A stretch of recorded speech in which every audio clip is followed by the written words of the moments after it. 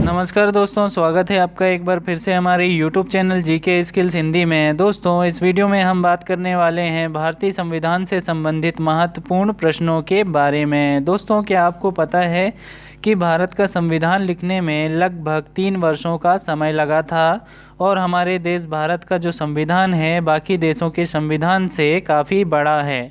इसलिए दोस्तों, इससे संबंधित प्रश्न जो है प्रतियोगी परीक्षाओं में पूछे ही जाते हैं। तो दोस्तों, अगर आप किसी भी प्रकार के गवर्नमेंट एग्ज़ाम की तैयारी कर रहे हैं या प्रतियोगी परीक्षाओं की तैयारी कर रहे हैं तो ये वीडियो आपके लिए बहुत ही ज़्यादा हेल्पफुल होने वाला है। तो दोस्तों, वीडियो को बिना स्किप किए लास्ट तक ज़रूर देखें। तो चलिए दोस्तों, शुरू करते हैं। प्रश्न 1, किस अनुच्छेद के द्वारा 6 से 14 वर्ष तक के बच्चों के लिए शिक्षा का अधिकार मूल अधिकार माना गया है? तो इसका सही जवाब हो जाएगा अनुच्छेद 21 ए के तहत जो है 6 से 14 वर्ष तक के बच्चों के लिए शिक्षा का अधिकार मूल अधिकार माना गया है। प्रश्न 2, भारत का नियंत्रक एवं महालेखा परीक्षक किसके द्वारा नियुक्त किया जाता है?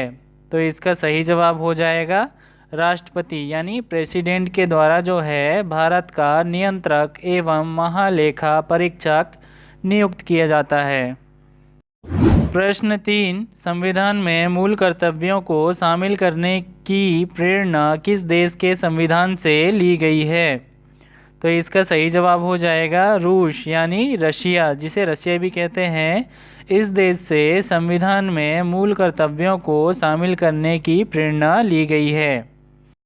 प्रश्न 4, भारतीय सेनाओं का सर्वोच्च सेनापति कौन होता है? तो इसका सही जवाब हो जाएगा राष्ट्रपति यानी प्रेसिडेंट जो होता है भारतीय सेनाओं का सर्वोच्च सेनापति कहलाता है। प्रश्न 5, भारत में राष्ट्रपति किस अनुच्छेद के अंतर्गत देश में राष्ट्रीय आपातकाल की घोषणा करता है? तो इसका सही जवाब हो जाएगा अनुच्छेद 356 के अंतर्गत। याद रखिएगा, भारत में राष्ट्रपति जो है अनुच्छेद 356 के अंतर्गत देश में राष्ट्रीय आपातकाल की घोषणा कर सकता है। प्रश्न 6, पहले वित्त आयोग का गठन 1991 में किया गया था, इसके अध्यक्ष कौन थे? तो इसका सही जवाब हो जाएगा क्षितिज चंद्र नियोगी। याद रखिएगा, इसमें इसी एक प्रश्न में 2 प्रश्न का जवाब आपको मिल जाएगा। एक तो पहला ये है कि पहले वित्त आयोग का गठन कब हुआ था 1991 में, और दूसरा इसके अध्यक्ष कौन बने थे? तो इसका जवाब हो जाएगा क्षितिज चंद्र नियोगी। प्रश्न 7, किस उच्च न्यायालय में सर्वाधिक संख्या में न्यायाधीश कार्यरत हैं? तो इसका सही जवाब हो जाएगा इलाहाबाद में, जिसका अभी क्या नाम चेंज करके या बदल कर प्रयागराज रख दिया गया है। यहाँ की जो उच्च न्यायालय है यहाँ पर सर्वाधिक संख्या में न्यायाधीश कार्यरत हैं या कार्य करते हैं। प्रश्न 8, राष्ट्रपति पद के चुनाव के लिए कौन सी विधि अपनाई जाती है? तो इसका सही जवाब हो जाएगा अनुपातिक प्रतिनिधित्व, एकल संक्रमणीय या अप्रत्यक्ष मतदान। ये 3 विधियां जो हैं राष्ट्रपति पद के चुनाव के लिए अपनाई जाती हैं। प्रश्न 9, भारत के प्रथम राष्ट्रपति यानी प्रेसिडेंट कौन थे?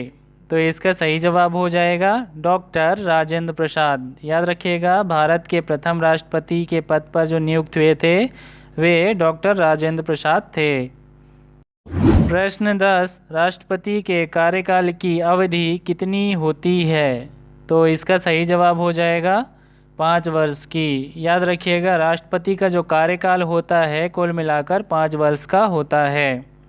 प्रश्न 11, भारतीय संविधान में मूल कर्तव्यों की कुल संख्या कितनी होती है? तो इसका सही जवाब हो जाएगा 11 मूल कर्तव्य। याद रखिएगा, भारतीय संविधान में जो है मूल कर्तव्यों की संख्या कुल मिलाकर 11 है। प्रश्न 12, भारतीय संविधान किस दिन से लागू किया गया था?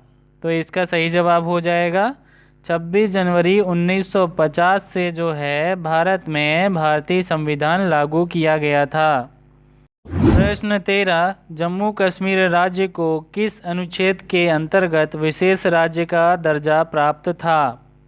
तो इसका सही जवाब हो जाएगा अनुच्छेद 370 के तहत। याद रखिएगा, अनुच्छेद 370 जो है अभी वर्तमान में हटा दिया गया है। इस अनुच्छेद के तहत जम्मू कश्मीर को स्पेशल राज्य का दर्जा प्राप्त था। प्रश्न 14, लोक कल्याणकारी राज्य की अवधारणा किसमें निहित होती है?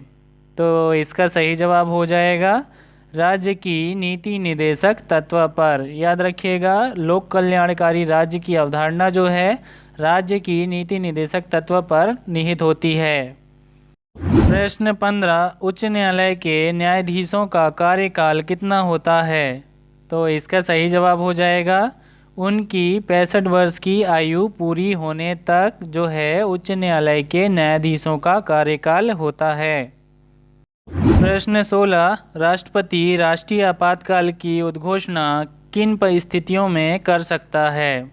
तो इसका सही जवाब हो जाएगा युद्ध की स्थिति में, या बाह्य आक्रमण की स्थिति में, या सशस्त्र विद्रोह की स्थिति आदि होने पर जो है राष्ट्रपति राष्ट्रीय आपातकाल की उद्घोषणा कर सकता है। प्रश्न 17, नीति आयोग का पदेन अध्यक्ष कौन होता है? तो इसका सही जवाब हो जाएगा प्रधानमंत्री, यानी प्राइम मिनिस्टर जो है नीति आयोग का पदेन अध्यक्ष कहलाता है। प्रश्न 18, संघ राज्य क्षेत्रों का प्रशासन कौन चलाता है? तो इसका सही जवाब हो जाएगा राष्ट्रपति के द्वारा नियुक्त प्रशासक जो है संघ राज्य क्षेत्रों का प्रशासन चलाता है। प्रश्न 9, सरकारिया आयोग का संबंध किससे है? तो इसका सही जवाब हो जाएगा केंद्र राज्य संबंधों से जो है सरकारिया आयोग का संबंध होता है। प्रश्न 20, पंचायतों के चुनाव हेतु निर्णय लेने का अधिकार किसे प्राप्त होता है?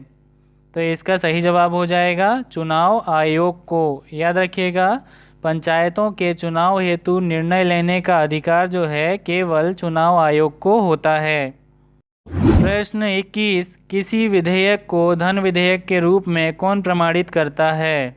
तो इसका सही जवाब हो जाएगा लोकसभा अध्यक्ष। याद रखिएगा दोस्तों, किसी भी विधेयक को धन विधेयक के रूप में प्रमाणित करने का कार्य जो है लोकसभा अध्यक्ष करता है। प्रश्न 22, संविधान का अनुच्छेद 40 यानी 40 राज्य को क्या निर्देश देता है? तो इसका सही जवाब हो जाएगा ग्राम पंचायतों का गठन करने का। याद रखिएगा, संविधान का अनुच्छेद 40 जो है राज्यों को निर्देश देता है कि ग्राम पंचायतों का संगठन करें। प्रश्न 23, सर्वोच्च न्यायालय के प्रमुख मुख्य न्यायाधीश कौन थे? तो इसका सही जवाब हो जाएगा हीरालाल जे कानिया। याद रखिएगा, सर्वोच्च न्यायालय के प्रमुख मुख्य न्यायाधीश जो थे वे हीरालाल जे कानिया थे। प्रश्न 24, संविधान के किस अनुच्छेद के आधार पर देश में वित्तीय आपात की घोषणा की जा सकती है? तो इसका सही जवाब हो जाएगा अनुच्छेद 360 के आधार पर जो है देश में वित्तीय आपात की घोषणा की जा सकती है। प्रश्न 25, राज्यसभा की अधिकतम सदस्य संख्या कितनी होती है? तो इसका सही जवाब हो जाएगा अधिकतम 250 सदस्य। याद रखिएगा, राज्यसभा में अधिकतम जो है सदस्य संख्या 250 सदस्य की है। तो दोस्तों, अब समय है रिवीजन का। यहाँ नीचे 2 प्रश्न दिए गए हैं जिनके जवाब आपको कमेंट में लिखकर बताने हैं। तो पहला प्रश्न है दोस्तों, संविधान के किस अनुच्छेद के आधार पर देश में वित्तीय आपात की घोषणा की जा सकती है? और दूसरा प्रश्न है दोस्तों, भारत में राष्ट्रपति किस अनुच्छेद के अंतर्गत देश में राष्ट्रीय आपातकाल की घोषणा कर सकता है?